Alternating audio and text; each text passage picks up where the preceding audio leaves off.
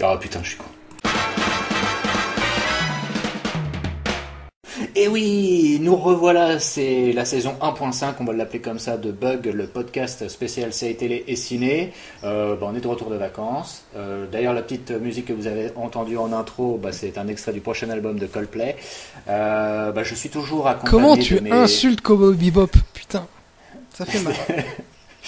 Je suis toujours donc accompagné de mes deux acolytes préférés, c'est-à-dire Bastien. Salut Bastien. Hey! Et Seb. Salut Seb. Allez, Comment allez-vous, messieurs?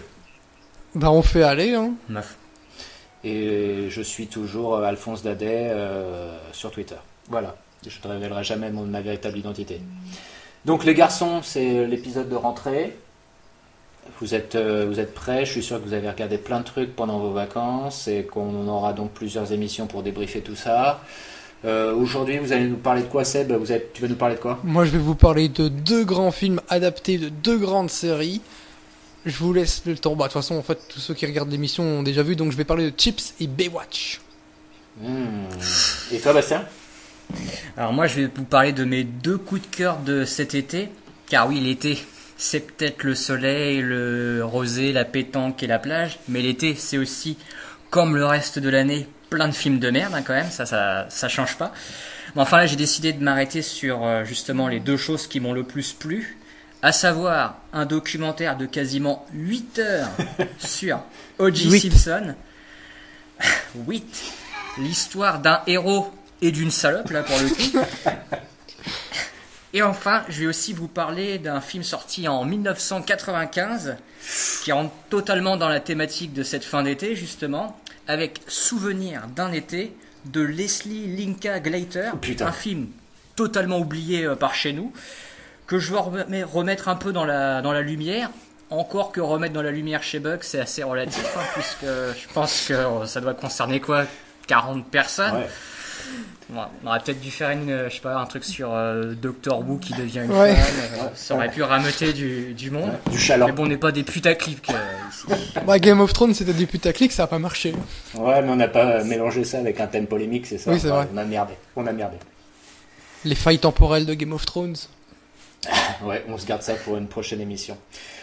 Écoutez, avant de rentrer dans le vif du sujet, on va quand même faire un petit moment tristouille avec un hommage à George Romero et Tobe Hooper qui nous ont quittés cet été, 2 grands maîtres de l'horreur. Je pense que je me tromperai pas en disant que, par exemple, pour Bastien et moi, c'est quand même 2 personnes qui ont compté énormément. Seb, je sais pas si ça te touche autant que nous, mais nous, ça nous a mis franchement un petit coup au moral, cette histoire. Je voudrais pas vous choquer, mais j'en ai absolument rien à foutre.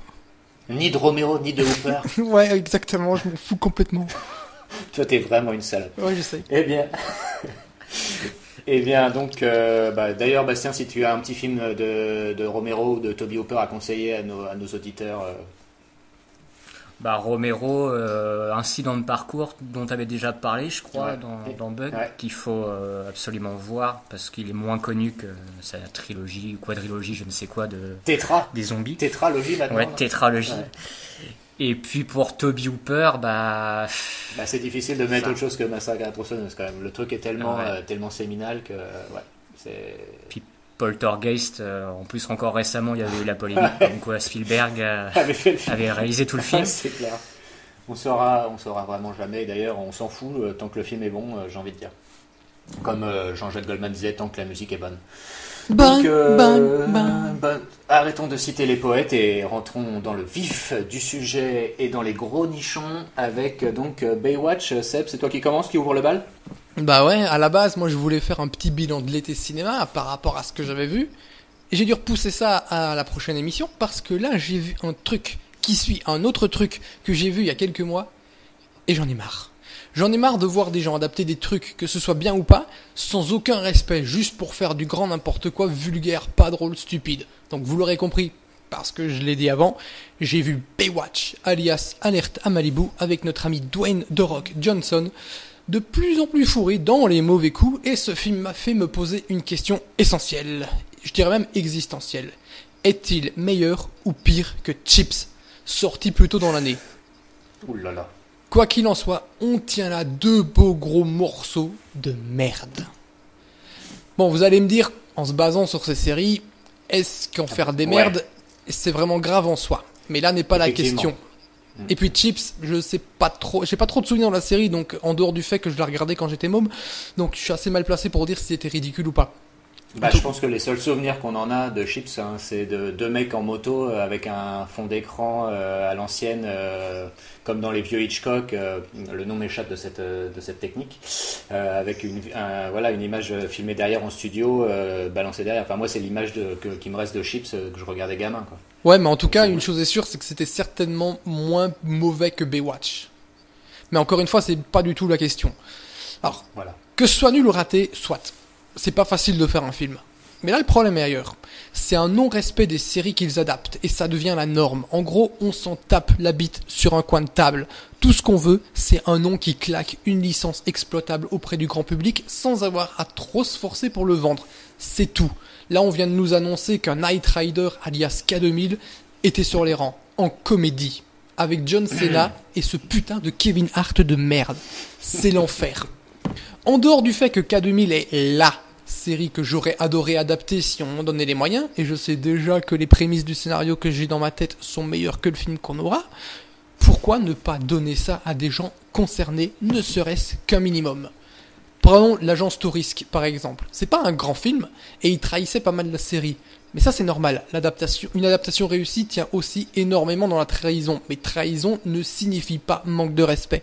Du coup, on a un bon actionneur bien bourrin, bien fandard, et surtout avec un vrai réalisateur à sa tête, à savoir Joe Carnahan.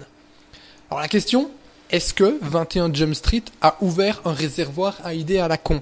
On rappelle des faits rapides. Lors des Miller... Attends, je crois qu'il y avait eu plus tôt que ça encore avant 21 Jump Street. Ouais. Il n'y avait pas eu Sheriff Fais-moi peur ou Une connerie dans le style. Ouais, il y a Sheriff Fais-moi peur et aussi Les drôles de dames. Oui, qui allait un peu dans ce même style, mais j'ai l'impression que c'est vraiment depuis 21 Jump Street où on fait vraiment le truc. Donc en fait, en rappel des faits rapides, Lord et Miller ont adapté au ciné une série à la con avec un concept à la con. Le faire de manière un peu moqueur, c'est pas spécialement dérangeant dans la mesure où ils ne se moquaient avant tout que du concept. Parce qu'en dehors de ça, le film est fait avec respect et sérieux. Il faisait un film. C'est là que tient la réussite du truc, à mes yeux. Les mecs s'éclataient à faire leur film. Leur film. Ils sont pas en train de s'éclater à se foutre de la gueule de la série parce qu'elle était conne. Et puis l'humour, qu'on l'aime ou non, il y avait un travail sur l'humour. Que ce soit les vannes, les gags, situations ou autres. Mais ici, côté Chips et Baywatch, putain, c'est des blagues de caca ou des trucs gays à comprendre. Un poil homophobe à base de mecs hétéros, super hétéros. Mais oh non, ton pénis a touché ma bouche. Super. Quand tu vas voir un film Baywatch, évidemment que tu sais que ça va être sexiste avec les meufs en bikini qui courent au ralenti. S'en offusquer, c'est con. Parce qu'il faudrait être de sacrément mauvaise foi pour dire que c'est pas ce qu'on attend. Et pour compenser, un minimum, t'as The Rock et Zac Efron torse nu avec tous leurs muscles, j'imagine, hein, parce que je sais pas trop ce qu'elles aiment les femmes, elles mentent.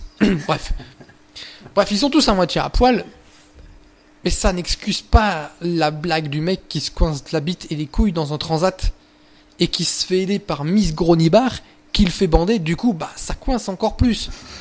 C'est quoi un sketch de Jackass? Sérieusement, mais oui, c'est ça, quoi.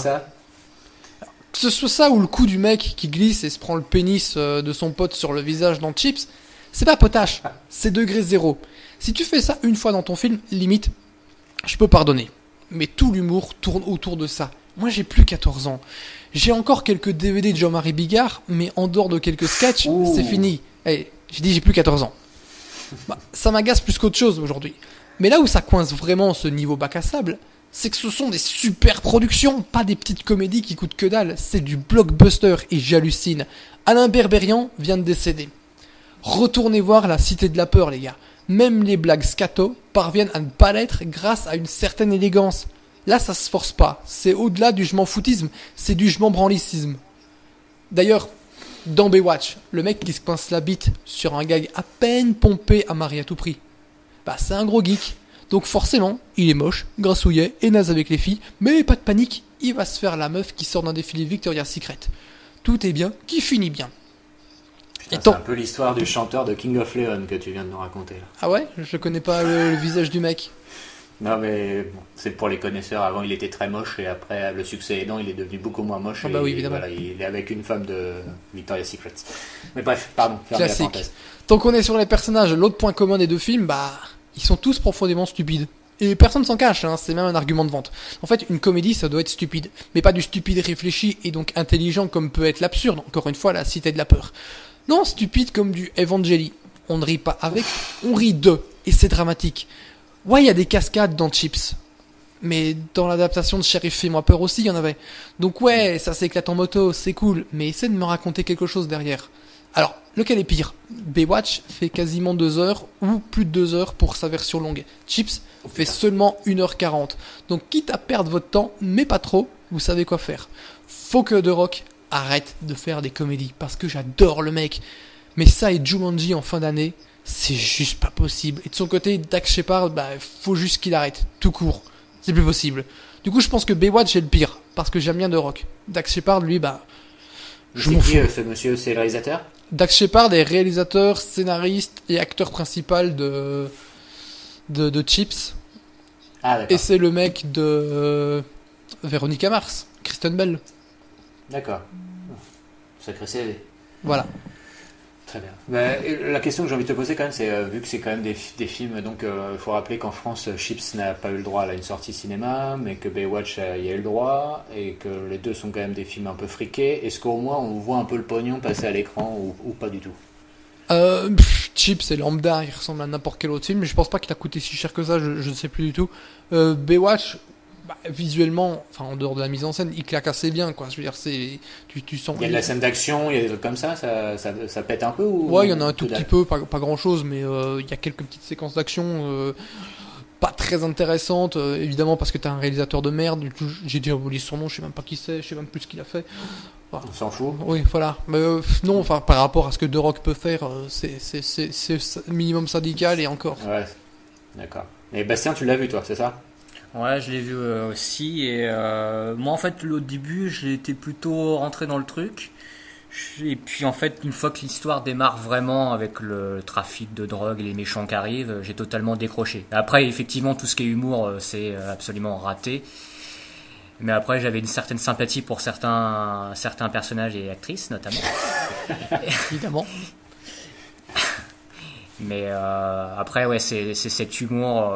En plus, ça devient vraiment n'importe quoi. T'as une scène post-générique avec David Hasselhoff où ils font des références au fait que est-ce que je reviens dans le 2 et tout. Donc t'as des niveaux comme ça de second degré qui en ont rien à faire là. Ils font du méta un peu pour justement continuer de surfer sur 21 Jump Street, quoi. Ah, les mecs se foutent vraiment de la gueule des spectateurs, quoi. Enfin, sans problème, quoi. Très bien, c'est très bien. Merde, et on peut même pas recommander ce film pour un samedi soir avec des binous, des pizzas et des potes et tout le team, quoi. Non, si t'as 14 ans et que t'as envie de te branler, ça peut passer, mais moi je te conseillerais de regarder sur YouTube, t'as probablement une version où il y a toutes les scènes des meufs. Putain, certainement. Parce que Et c'est très prude, hein, oui, faut le dire aussi. Hein, ça, je me doute que, connaissant les pépères, ils doivent bien se foutre de la gueule du monde aussi à ce niveau-là. Mais bref, donc on peut le dire, c'était du bon, et continuez comme ça les garçons, on se précipitera dans les salles pour ne pas aller voir ces films. En plus ça a fait des bides, les deux, donc c'est parfait. Effectivement, gros four pour Baywatch aussi bien aux États-Unis que chez nous, je crois, et donc Chips, ça doit être même encore pire. Donc on enchaîne avec le documentaire de 8 heures. Bastien, t'es prêt là pour nous parler d'O.J. Simpson? Ouais. Ah, ça va pas durer 8 heures par contre pour moi. Mais... Quel dommage. Donc O.J. Simpson Made in America. C'est un documentaire en 5 parties de 1h30 chacune à peu près. Et ça a été diffusé chez nous sur Arte cet été si je ne m'abuse. Ouais. Et c'est le documentaire qui avait remporté en fait l'Oscar du meilleur doc aux derniers Oscars. Alors O.J. Simpson, c'est qui? Pour ceux qui ne savent pas qui est ce monsieur, je vais vous faire un petit topo. Ouais. C'est en fait un grand joueur de football américain dans les années 70, le véritable héros et star de l'Amérique. Merci Wikipédia. un mec aimé de tous. Hein. C'est l'un des premiers noirs américains justement à devenir une référence, une icône. Il a eu une carrière aussi dans le cinéma par la suite. Ouais. Et puis est arrivée la chute, puisqu'il a été accusé d'un double meurtre en 1994. dont celui de son ex-femme.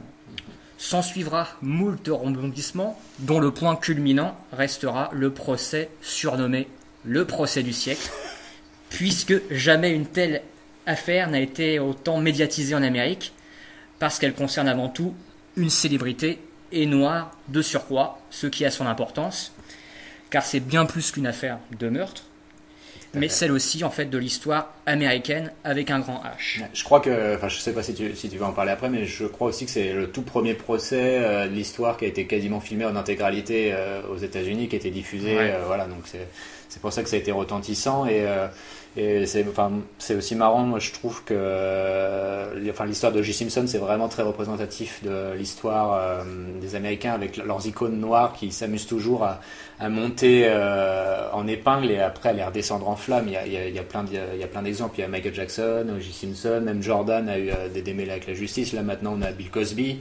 Enfin, les Américains avec leurs icônes noires, c'est toujours très très très bizarre. Non, vas-y. Ouais. Donc le doc, il prend le parti pris de bien refléter cela. On a vraiment le parcours d'O.J. Simpson d'un côté, et aussi en fait de l'autre côté, vous avez tout ce qui concerne le rapport des Noirs dans l'Amérique, et notamment les bavures qu'ils vont subir face à la police. Donc on a affaire à un documentaire ultra fouillé, très référencé, mais c'est rarement ennuyeux, ce qui peut être le cas de souvent beaucoup de documentaires. On est tenu en haleine, même quand on connaît quand même, comme c'était le cas pour moi, les principaux ressorts de cette affaire. L'angle choisi est fort, ça donne de la hauteur, on a l'impression d'avoir toutes les clés en main au fil des épisodes. Alors c'est un documentaire qui mélange des images d'archives, et on a aussi des interviews des personnes concernées par l'histoire d'aujourd'hui. Donc c'est assez rythmé comme documentaire, alors que c'est quand même très long, je vous rappelle, 8 heures. 8. Et en plus, moi où j'étais content dans le documentaire, c'est qu'il aborde aussi l'après-procès. En fait, ça va jusqu'à son arrestation à Las Vegas, où en fait le mec se fait choper pour une connerie pas possible, alors qu'en fait il avait réussi jusque-là à s'en sortir à chaque fois avec des situations pas possibles. Et là, le truc tout con, c'est une histoire en fait où il veut récupérer ses affaires qu'on lui avait, parce qu'en fait il perd tout son argent, donc il est obligé de vendre tous ses trophées. Et il a été essayé de les récupérer dans une chambre dans un hôtel, et il y a une histoire de braquage, ils avaient une arme et tout. Et donc une fois qu'il a été chopé par la police, ils lui ont mis vraiment 30 ans de peine. Je savais pas ça. Ouais. C'est pour ça que je me disais qu'il était quand même extrêmement discret depuis la fin de ce procès. Bah non, mais il est bien en tôle aujourd'hui. Ouais, c'est ça. Et donc c'est vraiment une histoire tragique et triste, et en même temps logique. Moi, il me fait penser à Omar Little, en fait, dans The Wire, ce personnage de O.J. Simpson. Et le documentaire, d'ailleurs, fait beaucoup penser au style de The Wire. On a ce même souci de retranscrire à grande échelle l'histoire. Tu as une véritable étude sociale et politique de l'Amérique à travers des figures à différents postes. Tu as les flics, tu as les avocats, tu as des célébrités, des anonymes. Le doc, il brasse beaucoup de sujets, et c'est passionnant. Enfin, si vous êtes avide de ce genre de choses, moi je vous le recommande chaudement. Même si après, pour moi, The Jinx, le documentaire sur Robert Durst, reste le totem du documentaire criminel. Même si c'était un documentaire beaucoup plus manipulateur et qui allait dans le sensationnel, les twists finaux me hantent encore aujourd'hui de ce doc. Question très simple par rapport à la série de People vs O.J. Simpson. Ouais. Bah justement, on peut signaler qu'il y avait eu l'année dernière cette série produite par FX. Qui était très bien d'ailleurs. American Crime Story, ouais, qui était produite par l'ami Ryan Murphy. Et donc la première saison revenait sur l'affaire O.J. Simpson, mais là la série prenait vraiment surtout le procès. Et donc, comme tu le dis, c'était une série absolument formidable, et qu'on peut recommander aux gens qui nous écoutent. Donc les deux sont... Pour ceux justement... Ouais, vas-y. Pour justement les gens qui sont hermétiques au style documentaire, parce que là la série était fictionnalisée, et on avait un casting assez intéressant. Il y a John Travolta, il y a Cuba Gooding Jr., et ça restait assez respectueux de la réalité. Et d'ailleurs on attend impatiemment la saison 2 de American Crime Story. qui reviendra sur le meurtre de Versace. Ouais. Une histoire que je connais pas trop, mais qui a l'air justement aussi assez intéressante. Avec Ricky Martin et Penelope Cruz au casting. Winter C'est ça. Stress. Voilà. 8. Et du coup, les deux sont complémentaires, le documentaire et la série sur le procès. Bah, c'est ça, le documentaire brasse vraiment toute l'histoire d'O.J. Simpson, de son enfance à aujourd'hui. Enfin, le documentaire date d'il y a 2 ans, mais alors que la série, c'est vraiment l'affaire des doubles meurtres, le procès, et ça s'arrête à la fin du procès, quoi. Pour représenter à quel point aux États-Unis le procès est important, c'est que même l'avocat là-bas est une vedette. Notre ami Johnny Cochran, si je ne m'abuse, que South Park c'était La défense Chewbacca, c'est ça. Voilà, avec la défense Chewbacca. Et les connaisseurs apprécieront, et c'est pour vous dire à quel point ça a une influence absolument dingue aux États-Unis, cette histoire. Donc voilà, quelque chose à rajouter, Bastien ? Non, pour moi c'est bon. Pour toi c'est bon. J'enchaîne Ouais. avec donc mon petit coup de cœur de l'été. Ouais. Souvenir d'un été, donc le titre. Avec des personnages féminins, ce qui est quand même très étonnant. Bah alors écoute, moi, Ouais. je vais être tout à fait franc avec toi, je n'ai jamais entendu parler de ce film, Pareil. je ne sais pas de quoi ça parle, alors vas-y, fais-toi plaisir. Mais j'étais absolument comme vous justement il y a encore quelques jours avant de le voir. C'était donc un soir d'été, je lance ça sans trop de conviction, ne connaissant pas du tout le film ni même sa réputation. Et là, bah, la bonne surprise, puisque c'est le genre de film que si j'avais vu à 10 ans et que je l'avais vu pour la première fois et que je n'avais pas eu de pénis, bah, ça aurait été, je pense, un de mes films de chevet. Enfin, blague à part, c'est vraiment... moi, j'ai quand même vraiment aimé. Alors, l'histoire, en gros, pour vous pitcher le truc, c'est 4 jeunes filles qui sont amies, enfin, c'est des super amies. Et donc, c'est l'été, et qui dit été, bah, il se passe plein de choses, surtout quand on a 12 ans et que c'est les années 70. Vous avez les garçons, les mystères de la vie, l'aventure, et surtout, bah, la perte de l'innocence. Donc, l'originalité aussi du film... c'est que la première et la dernière scène du truc se passent dans le présent de l'époque, donc les années 90. Donc tu vois ces jeunes filles qui sont maintenant adultes. Ce qui fait du film le parfait Stand By Me de Stephen King, mais au féminin. Parce qu'il faut toujours parler de Stephen King. J'aime pas non plus Stand By Me. Ah, Ça ouais, pourrait être bah, réalisé c'est- par Romero ou Toby Hooper, bah j'aimerais pas non plus quoi. ça me fait chier de l'admettre, mais je suis assez d'accord avec Seb. Ah. Alors, au casting, on retrouve plein de têtes connues en plus, parce que donc il y a Christina Ricci, il y a Thora Birch, Demi Moore, Melanie Griffith, et j'en Mais passe. c'est pas possible, ce film est inconnu. C'est ce que je me suis dit quand j'ai vu le Non. casting tout à l'heure. Alors, l'ambiance, la musique du film, c'est cool, t'as un parfum de l'époque qui est bien présent. Et en plus, c'est un film qui a extrêmement bien vieilli, je trouve. C'est le film typiquement banal d'un jour passé, mais salutaire d'un jour futur bien moisi. On s'attache aux gamines, on a envie d'être copine avec On elles. s'attache aux gamines. Mais ouais, Ça fait une phrase de gros pédophile. c'est un film incroyablement vivant. T'as pas un bout de gras dans le scénario. C'est nostalgique, mais dans le bon sens du terme. Car on ne le dira jamais assez, mais grandir. Grandir, oui, grandir, cette putain. Ouais, je sais. Alors oui, le film n'est pas d'une originalité folle, vous l'avez bien compris, mais il est extrêmement bien fait. C'est fait sans cynisme et avec un cerveau. C'est pas un film ado neuneux comme justement les Alertes à Malibu et compagnie. On y parle aussi du drame et de la souffrance adolescente dedans. C'est beau comme du John Hughes. Alors, la femme qui l'a réalisé, c'est donc Leslie Linka Glater. Alors pareil, le nom... Ouais, merci. c'est pas du tout qui c'est. En fait, elle a une carrière qui s'est faite plutôt à la télévision, puisqu'elle a réalisé, j'ai regardé des épisodes de Freak and Geeks. Ah, bonne chose. Oui, c'est ça, Freaks and Geeks. Swing. De The Walking, attention le titre derrière toi, Dead. À la Maison Blanche aussi, Swing. Homeland, Twin Peaks, Swing. Swing. Donc, donc c'est vraiment éclectique comme vous le voyez. Enfin bref, c'est un film qui mérite amplement sa place dans les classiques des films sur l'enfance. Un film de et sur les femmes, car comme je ne le dis jamais assez dans cette émission, la femme est le salut de l'homme.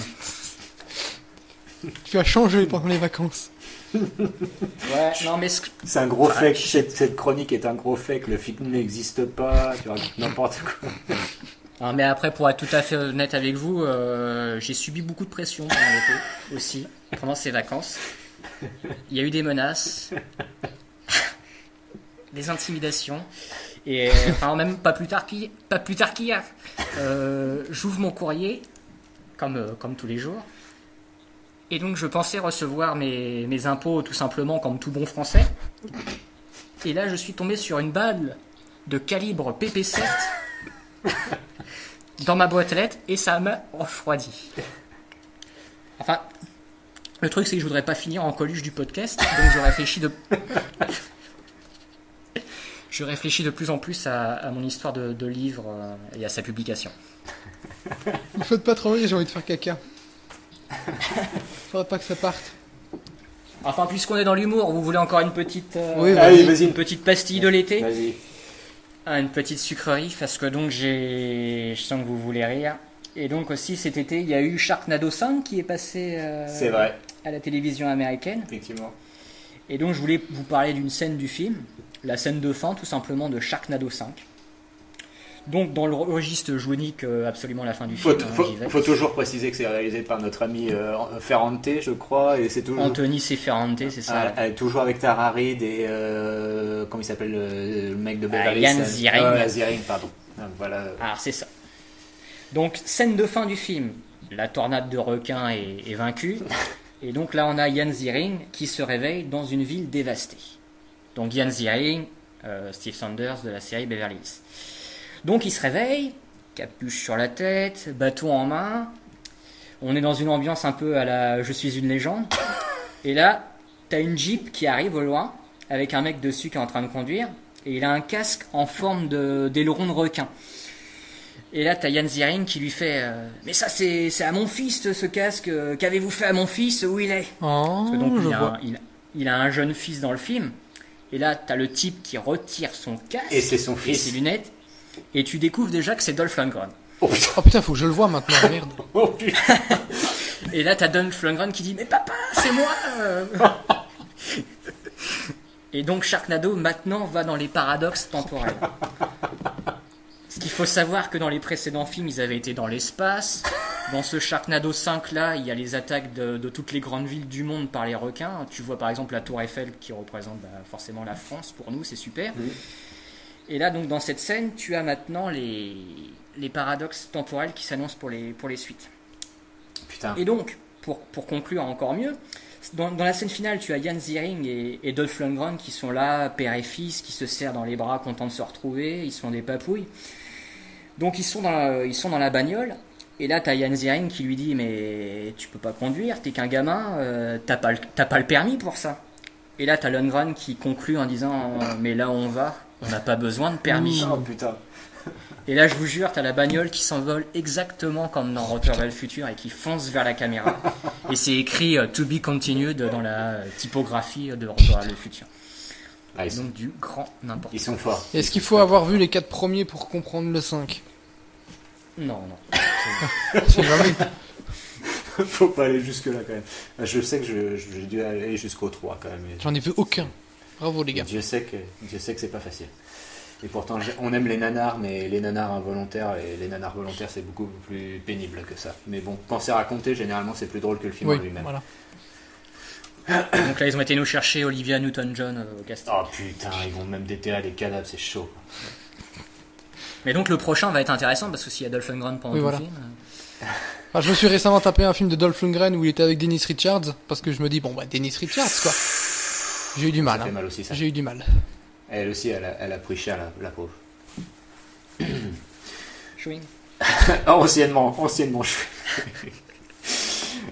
du coup, est-ce que je vous fais ma petite chronique de l'été? Parce que moi, je vous avais pas dit, mais j'ai une petite surprise pour vous, mais ça va être très bref. Je vais vous parler de ce que j'ai regardé le plus assidûment cet été. C'est pas Game of Thrones, c'est pas Twin Peaks, c'est la saison 27 de Fort Boyard. Donc Fort Boyard qui cette année est parti complètement dans des délires apocalyptiques dont l'émission, je pense, ne se relèvera pas.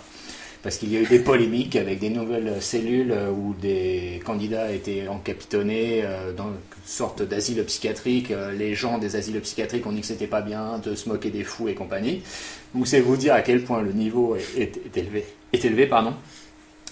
Faut quand même pas oublier que Fort Boyard c'est un peu notre Lost à nous, hein.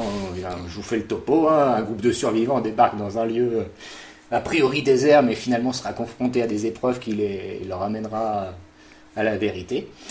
Donc voilà, donc ce qu'on peut dire aussi, c'est que dans les nouveautés de cette année, c'est que c'est plutôt Passe-Temps qui est la vedette plutôt que Passepartout. Passepartout, il ne sert plus à rien, franchement, à part montrer les clés, c'est Passe-Temps la vedette. Alors on l'a vu cette année déguisé en Pikachu, on l'a vu... Oh putain. On l'a vu également faire du Baywatch aussi, hein, il avait le petit maillot de bain rouge et compagnie. On le voit aussi faire quelques épreuves comme ça pour la déconnade. Le père Fouras est égal à lui-même. On a Francis Lalanne qui interprète Narcisse Lalanne, excellent personnage qui est en fait un professeur de musique où il fait chanter les candidats avec des casques remplis de mouches et compagnie. Enfin, vous voyez le topo, c'est toujours les mêmes trucs.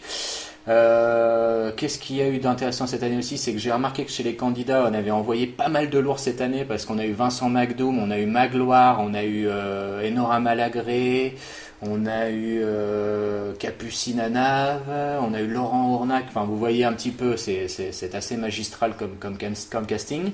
On peut remarquer aussi que cette année Olivier Mine a certainement plus fréquenté les salles de kebab que les salles de musculation parce qu'on commence à voir que le muscle est en train de laisser place à une petite brioche et que ça c'est pas bien.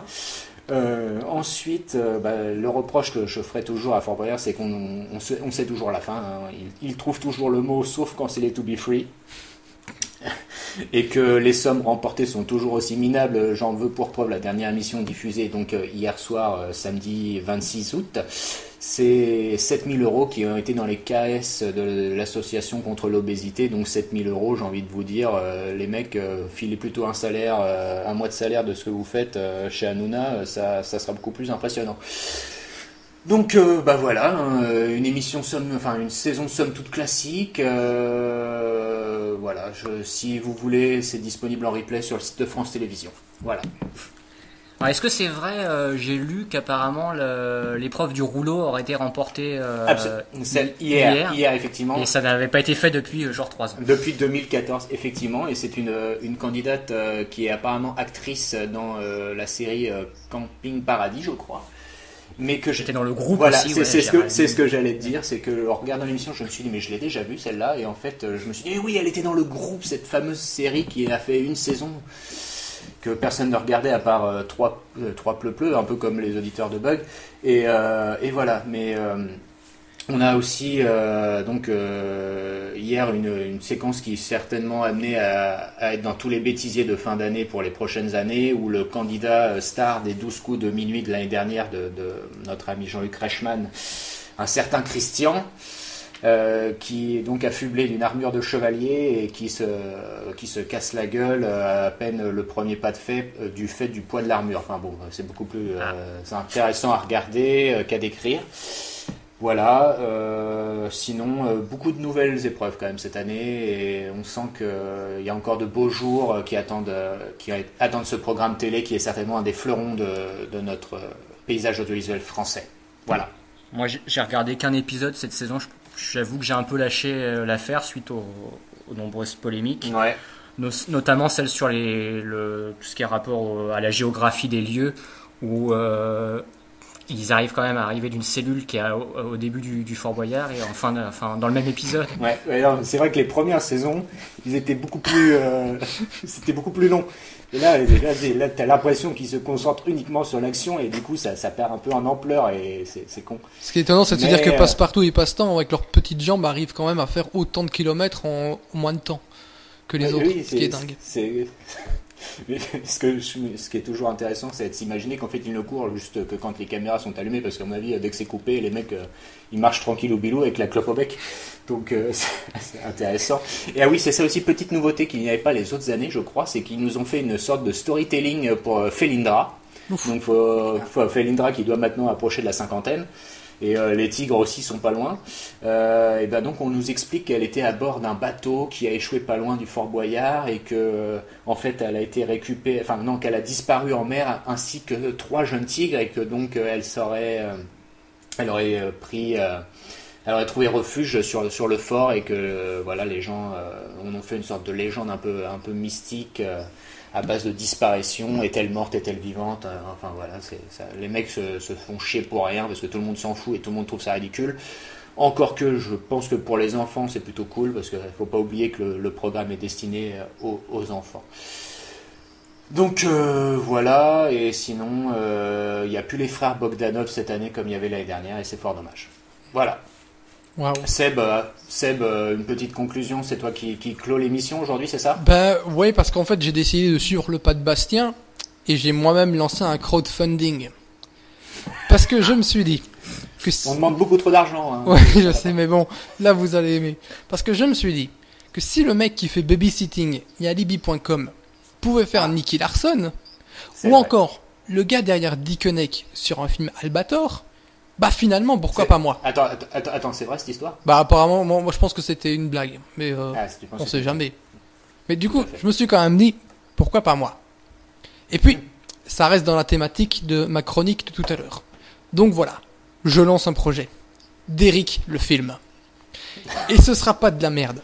Parce que je compte en faire une version sombre et réaliste, mais en plaçant l'humain au centre de tout ça. C'est pourquoi, pour faire comme n'importe quel studio hollywoodien qui a un peu trop la confiance, j'annonce déjà que ce sera le premier volet d'une trilogie. Ouf. Et évidemment, ce sera une origin story. Comment l'inspecteur Stéphane Derrick est devenu non seulement inspecteur, mais comment a-t-il fait la rencontre de son collègue et ami Harry Klein. Donc, je promets beaucoup d'émotions, mais comme je ne peux pas éviter la polémique qui entoure Horst Tappert, alias Derrick, eh bien, nous apprendrons qu'Adolf Hitler a eu une descendance et que son arrière-petit-fils tente de relancer le nazisme. Je vais probablement inclure tout ce qui s'est passé cet été aux États-Unis à Charlottesville parce que c'est de l'or. Il faut rebondir là-dessus. Exactement. Ça permettra ainsi de nettoyer la légende d'Eric des errances humaines de son interprète. Et puis surtout, ça vous donne une idée de la teneur de l'intrigue. Donc voilà, j'ai besoin de votre argent pour monter le projet. J'ai parlé à Jason Statham et il est pas mal emballé à l'idée de reprendre ce rôle emblématique. Ça donne du cachet au projet. Aussi, si vous avez ou connaissez quelqu'un qui aurait un berger allemand, ça m'intéresse. Parce que comme je suis pas très original et que je ne suis pas plus con qu'un autre, moi aussi je veux copier Marvel et son univers étendu. Donc j'envisage sérieusement un caméo de Rex, chien flic. D'ailleurs, pour rester dans le monde animalier, je vous l'annonce tout de suite, la scène post-générique verra l'introduction du renard. Le but étant de créer le Avengers des super flics allemands pour 2025. Ça s'appellera German Super Cops Volume 1. Enfin voilà, j'ai fini le scénario du premier d'Eric. Il fait 250 pages. C'est un peu long, mais croyez-moi, ça vaudra le coup. Ça en vaut la peine. Très bien. Eh bien, c'est un projet à suivre et qu'on suivra assidûment à travers cette nouvelle saison de Bug, je l'espère. Bah écoutez, messieurs, on a fait le tour. Ouais. Donc, ah si, la petite question qui tue avant de partir quand même. Du coup, je vous la pose comme ça, tout de go. Selon vous, quel serait le candidat idéal pour participer à Fort Boyard? Qui aimeriez-vous voir dans un Fort Boyard? Philippe Croison. Pour ceux qui n'ont pas la référence, allez sur Google et tapez Philippe Croison. On se moque, mais cette année, il y a eu quelqu'un en fauteuil roulant. Ah merde. Comme quoi, c'est possible. Bastien? Je crois que je pourrais pas faire mieux. difficile. Jean d'Ormesson peut-être. D'ailleurs, ça me fait penser que Julien Doré n'a jamais participé à cette émission et que c'est bien dommage parce que ça lui rapporterait du public, lui qui en cherche tellement. Voilà. Sur ce. Ouais. Voilà, messieurs, dames, vous pouvez nous retrouver sur Twitter, toujours Bug le podcast, Grumpy Seb pour Seb, Bastien toujours pas, et je suis toujours Alphonse Dadet. Voilà. N'hésitez pas à nous laisser des commentaires sur YouTube si jamais le courage vous en dit. Ça nous aiderait à être référencé. Bonjour à Benjamin, c'est le seul qui nous fait des commentaires pour l'instant, donc bonjour à Benjamin. Salut Benjamin. Et on vous tease très légèrement, mais normalement on devrait être assez rapidement, enfin je l'espère, disponible sur iTunes. C'est en voie de négociation avec quelqu'un qui s'y connaît un peu. Donc voilà, sur ce, portez-vous bien. On se retrouve très prochainement, d'ici 15 jours je pense. Mais voilà. À la prochaine, messieurs, bonne soirée. Ciao. Salut. Ciao.